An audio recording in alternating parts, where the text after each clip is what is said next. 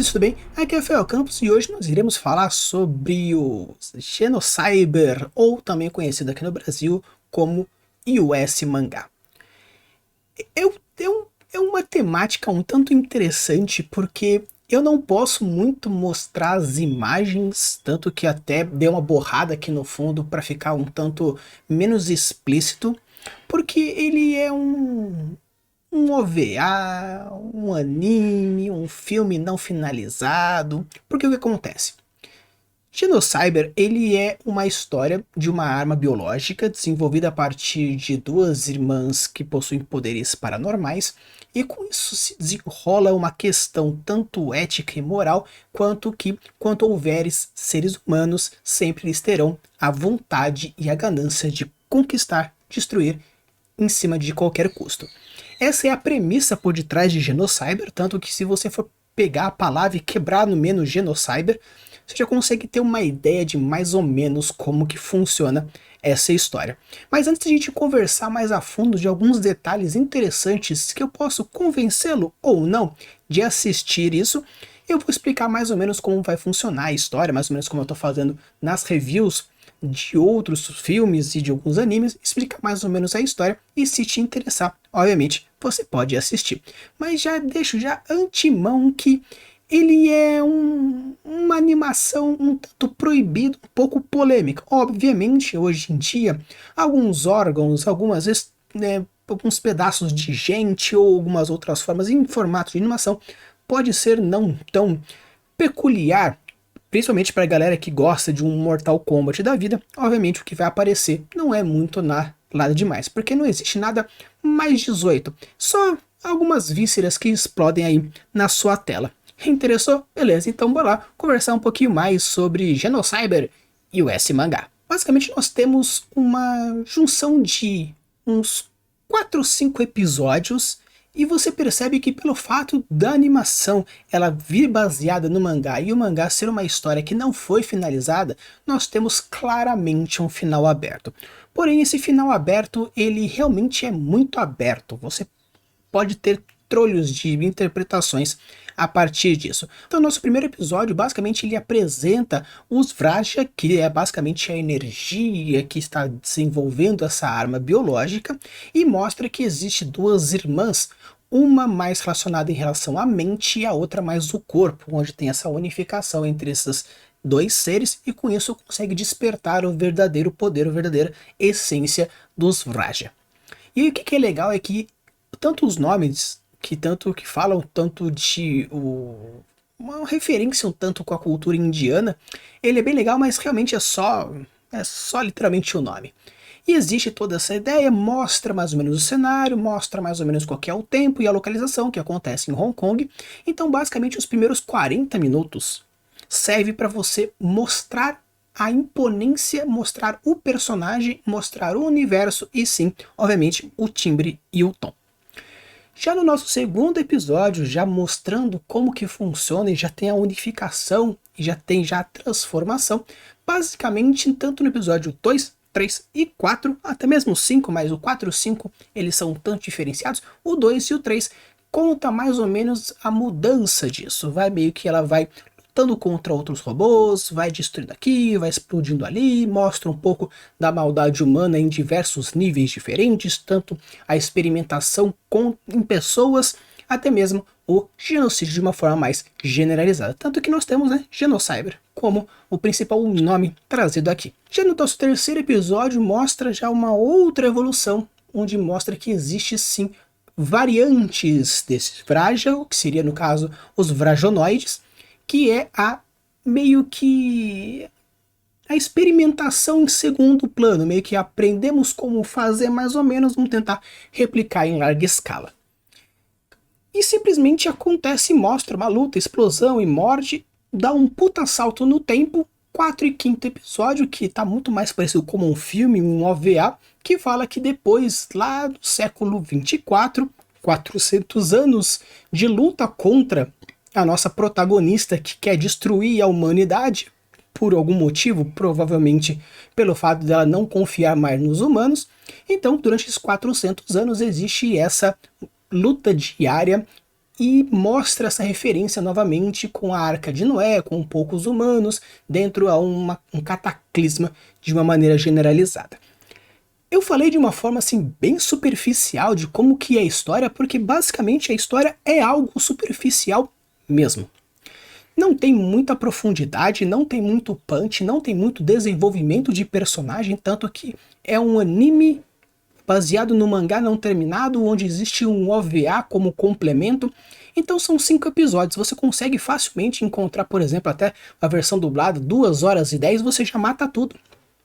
Você já mata o primeiro, segundo, terceiro, quarto e quinto episódio. Você consegue até achar no YouTube esse completo dublado ainda.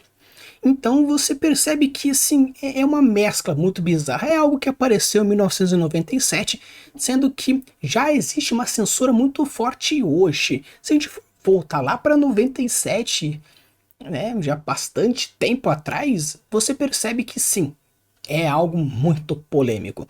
Pessoas arrancando olhos, explodindo cabeças, crânios sendo arrancados de uma maneira geral, explosões, crianças sendo baleadas, explodindo cérebros. Realmente nós temos basicamente isso.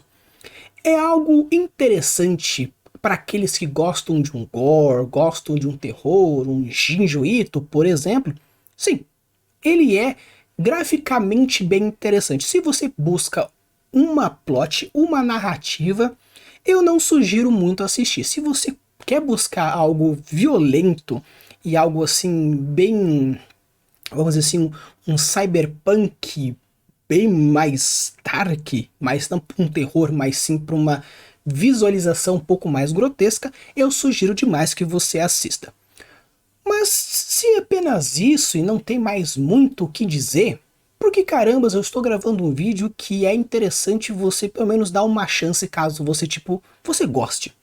O que é interessante nisso é o seguinte: dentro de uma proposta narrativa, você tem personagens, você tem plot e você tem world building. Basicamente, são esses 3 pilares quando a gente fala de uma narrativa. O desenvolvimento de personagem é algo muito bem desenvolvido? Não temos. Nós temos basicamente a nossa protagonista, que na verdade ela nem fala direito, ela faz uns sons, faz uns gemidos, tem um quê telepático, então ela fala com um ou fala com outro, no máximo quando precisa. Porém não existe um arco de desenvolvimento de personagem.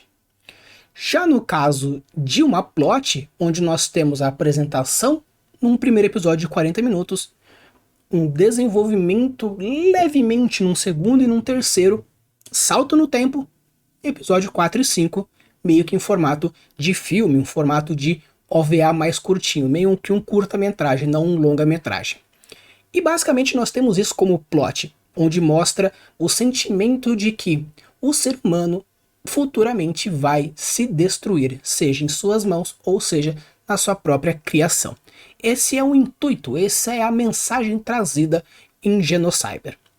Tanto que, obviamente, como eu quero repetir, o nome já diz bastante isso, tanto que durante os primeiros minutos do 4º episódio desse primeiro OVA, você vê que as principais capitais, Sydney, Nova York, Tóquio, todas essas cidades são destruídas durante esses 400 anos, essas lutas que existem entre a nossa Genocyber, a nossa protagonista, e o resto da humanidade.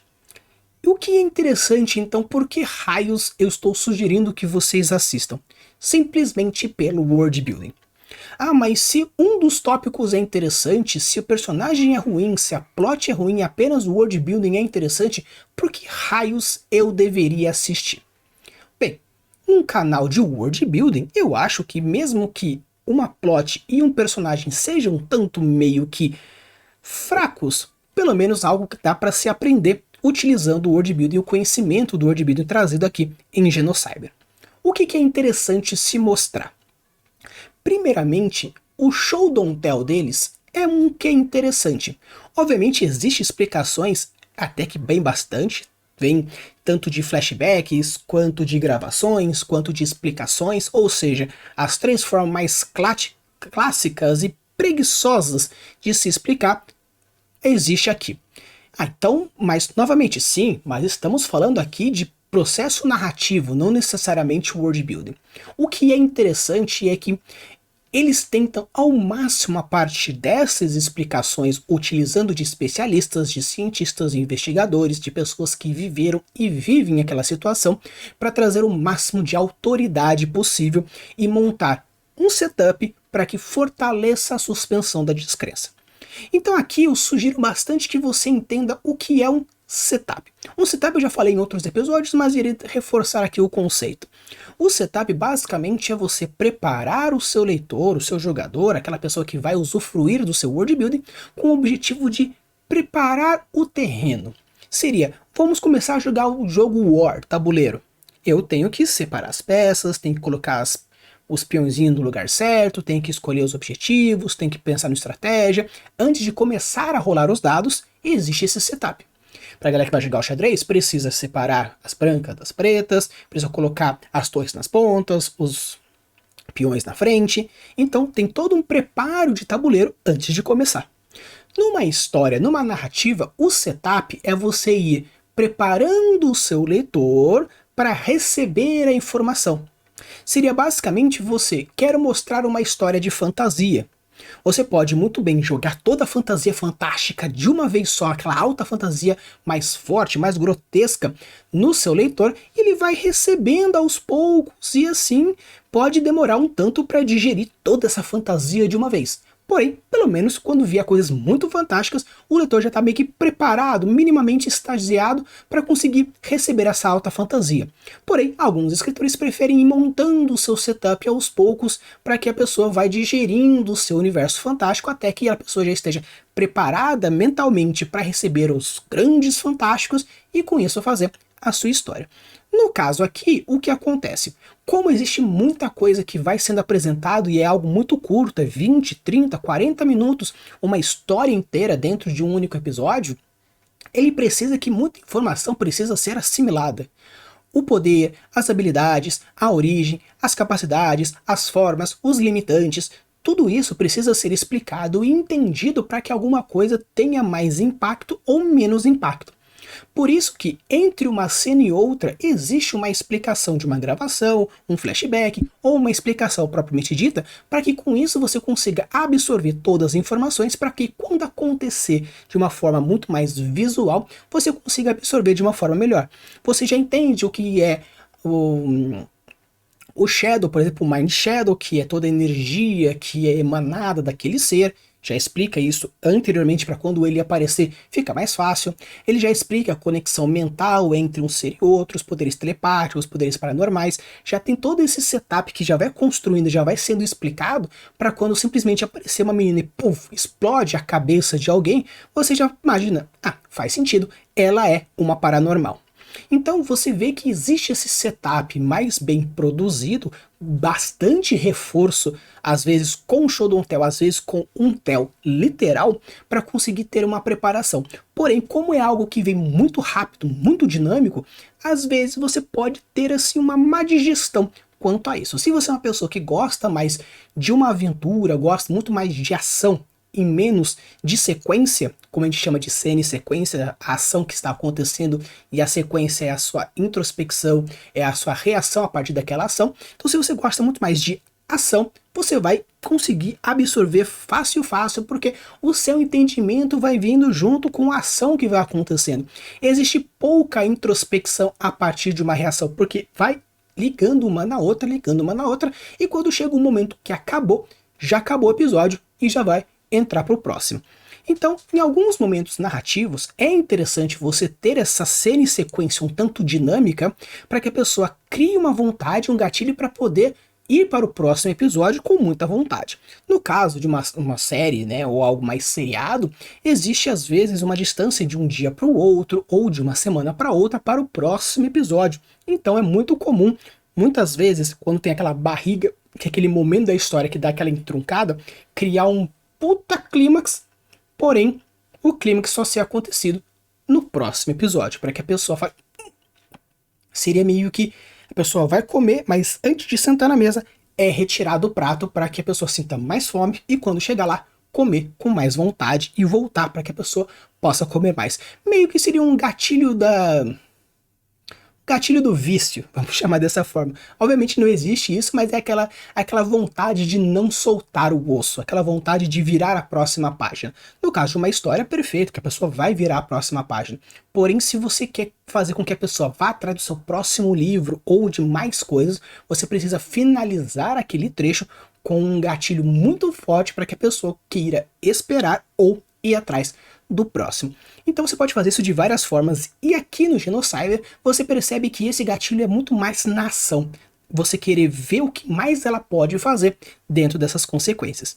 Existe uma lei zero, como eu já disse para vocês, que é a lei zero de Brandon Sanderson, que mostra que não importa os erros narrativos, os buracos de construção e o quão fraco é uma plot. Se é muito legal e cativa muito as pessoas, a suspensão da descrença vai lá para cima, e quando a suspensão da descrença sobe demais, você consegue criar algumas atrocidades que não tem tanto problema, porque a sua bolha já é um pouco mais reforçada.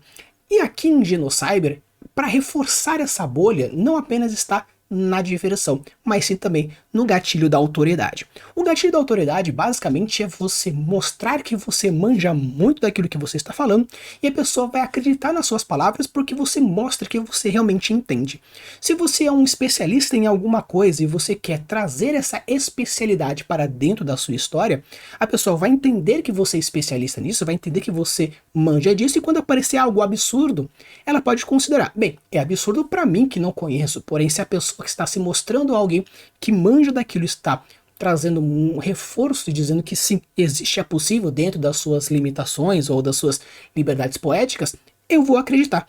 E no caso aqui, pelo fato de ter algo, vamos dizer assim, anatomicamente correto, existe uma questão energética, referências diretas com algumas religiões e crenças e outras partes científicas, isso reforça mais a questão da autoridade, e quando tem um pouco a mais, não tem grande problema, porque primeiro já fez um setup que mostra essa parte fantástica, essa ficção científica um pouco mais fantasiosa de uma maneira geral, porém puxa mais para perto pelo fato de produzir isso, o setup mais o gatilho da autoridade. Isso é um dos motivos muito interessantes que mostram isso. Sem contar que por ser um anime, por ser um mangá, por ser algo mais visual, você percebe que existe realmente essa autoridade, não apenas na explicação, mas sim também na parte visual. Quando eu fui assistindo pela primeira vez, eu achei bem legal, porque eu gosto bastante desse tipo desse gore, desse terror mais médico, dessa parte mais visceral. Porém, depois que eu assisti, eu revi os episódios com os frames um pouco mais devagar, dando algumas pausas, e realmente eles se dão ao trabalho, principalmente porque estamos falando de 1997, eles se dão ao trabalho de utilizar de algumas coisas anatomicamente corretas e para a tecnologia da época, e obviamente com algumas projeções dentro de uma ficção científica, coisas que são verdadeiras. Claro que para uma fantasia você percebe que existe algumas regras que eles tacam pau, como por exemplo a regra dos volumes. Nós temos uma criança pequenininha aí do seu 1,40 m, 1,30 m e vira um monstro de quase 2 metros, meio que o volume não faz sentido, a não ser que seja uma densidade gigantesca que existe dentro dela, mas não tem problema, isso a gente vai meio que, como eu falei, relevando, simplesmente porque teve um setup anteriormente e também a regra zero. Não estou falando para vocês que você pode realmente tacar o que você quiser, como eu falei principalmente na filme da regra zero. Eu vou deixar o linkzinho aqui no cardzinho também para vocês irem lá ver e entender como funciona com mais detalhes o que seria essa regra zero. Mas, de uma forma geral, quando você cria formas poderosas de manter o seu leitor firme, você pode chutar um pouco o balde, que não tem tanto problema. Obviamente que quanto mais você chuta o balde, mais fortalecido, mais garantido você tem que ser para que aquilo realmente funcione. E aqui em Genocyber, ele trabalha basicamente o seguinte: eu tenho aqui uma história fraca, porém visualmente interessante, onde eu vou mostrar para vocês o motivo que eu quero isso, porque se você não tem fé na humanidade e quer que ela seja destruída, essa é a história que você vai trazer. Ou seja, é um outro ponto interessante, é quesito público-alvo. Se você tem um público-alvo interessante, um público-alvo que você quer trabalhar, se você entende as peculiaridades desse público-alvo, perfeito. Você pode muitas vezes quebrar a barreira da suspensão da descrença. Por quê? Ah, mas não faz tanto sentido. Não tem problema. Para o seu público-alvo, faz sentido você fazer e escrever dessa forma? Perfeito. Então faça isso. Então é bem legal porque você percebe essas narrativas, você constrói toda essa história, você percebe que existe tudo isso. E obviamente, se você tem um mínimo de coesão, um mínimo de técnica, você já consegue trazer com muito mais força.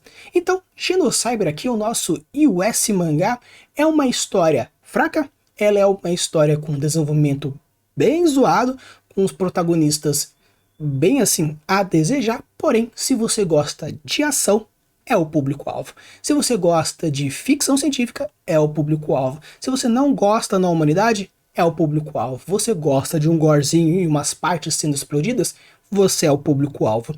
Então, aqui eu trago nessa pequena review rapidinha, porém que fez com bastante gosto, obviamente por ter gostado bastante dessa série, obviamente desses episódios, o que eu trago para vocês é o seguinte: público-alvo, setup, suspensão da descrença, construção e foco.